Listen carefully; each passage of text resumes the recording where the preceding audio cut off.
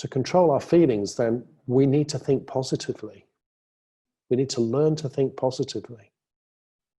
We need to change our mind. And to change our mind, then we need to meditate.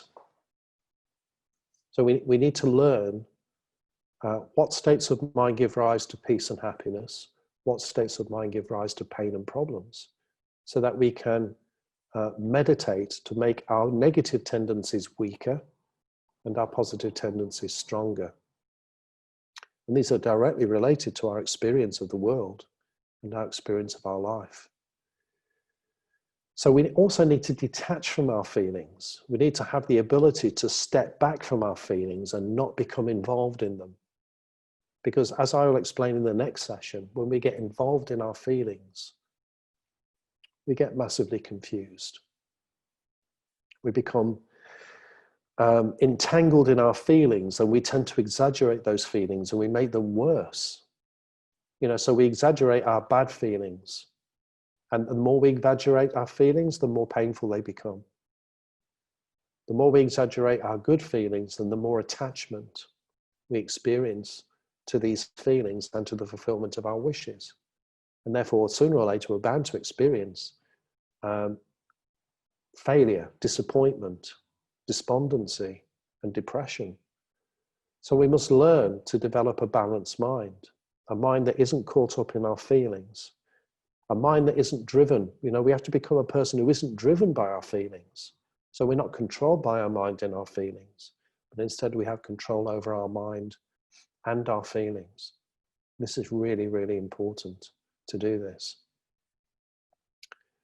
So this is the problem, isn't it? We get caught up in our feelings.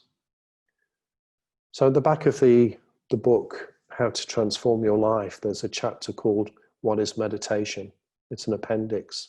And Geshe Kelsang says this: fluctuations of mood arise because we are too closely involved in the external situation. We're like a child making a sandcastle who is excited when it is first made, but who becomes upset when it is destroyed by the incoming tide. By training in meditation, we create an inner space and clarity that enables us to control our mind regardless of the external circumstances. Gradually, we develop mental equilibrium, a balanced mind that is happy all the time, rather than an unbalanced mind that oscillates between the extremes of excitement and despondency. So this is our usual experience, isn't it? A mind that oscillates. Oscillate means up and down. And this is what happens, when you ask somebody how they are, generally, if they were honest, they would say probably, I'm very up and down. Why are we up and down? Because our mind is up and down. Why is our mind up and down? Because we're grasping at external situations and the feelings that are generated from that grasping. So let's think about an example. If you experience disappointment, so you really strongly wish for something good and you're working really hard to accomplish something good, but it fails. Your project doesn't succeed. You don't fulfill your wish. So because we believe our wishes are the most important thing in the world, then we feel crushingly disappointed, discouraged, and even depressed when our wishes are not fulfilled. So because we become unhappy, we then experience a bad feeling. And we keep revisiting that failure over and over again. We keep going over and over again, thinking about how we failed, feeling disappointed, maybe beating ourselves up, maybe getting angry with other people, and gradually spiraling down into a pit of negativity. So what happens then is our mind goes down, doesn't it? We become unhappy. That's associated with a bad feeling. We've got bad karma ripening because our state of mind is negative. And then our mind just goes down and we go down. Our mind drops like a stone. We experience unpleasant feelings. And the more we grasp at those feelings, the more disappointed we feel, then the more unhappy we are. The more unhappy we are, the more we experience painful feeling and we suffer.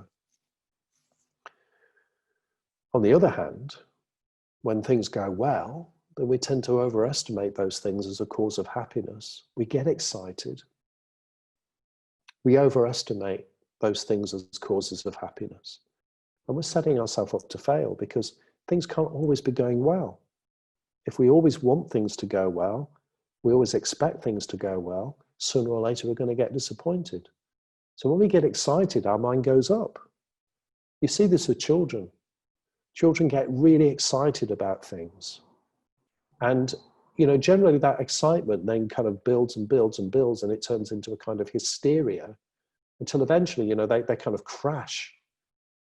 And they end up kind of just in floods of tears. That's what happens. It looks like a good thing when things are going well, when we get what we want, when our wishes are fulfilled, it looks like a good thing. But it's not, because we're grasping at those feelings. We're getting more and more excited, which increases our expectations, which means, what goes up must come down. And the natural direction of our mind, of course, is to go down. So we mustn't allow ourselves to become overly depressed or despondent about failure. And we mustn't allow ourselves to become overly excited and optimistic about things going well, because both are disasters. What we really want is a constantly positive, peaceful, happy mind, because excitement is a good feeling, but then it leads to disaster. Despondency is a bad feeling, and it leads to more and more depression and unhappiness. What we need is a balanced mind. To get that balanced mind, then we need to practice meditation. We need to detach from our feelings. We need to be able to observe our feelings without being caught up in them, and to see them for what they really are. Not to exaggerate their importance, but just to simply accept them as karmic results. That's what we can see.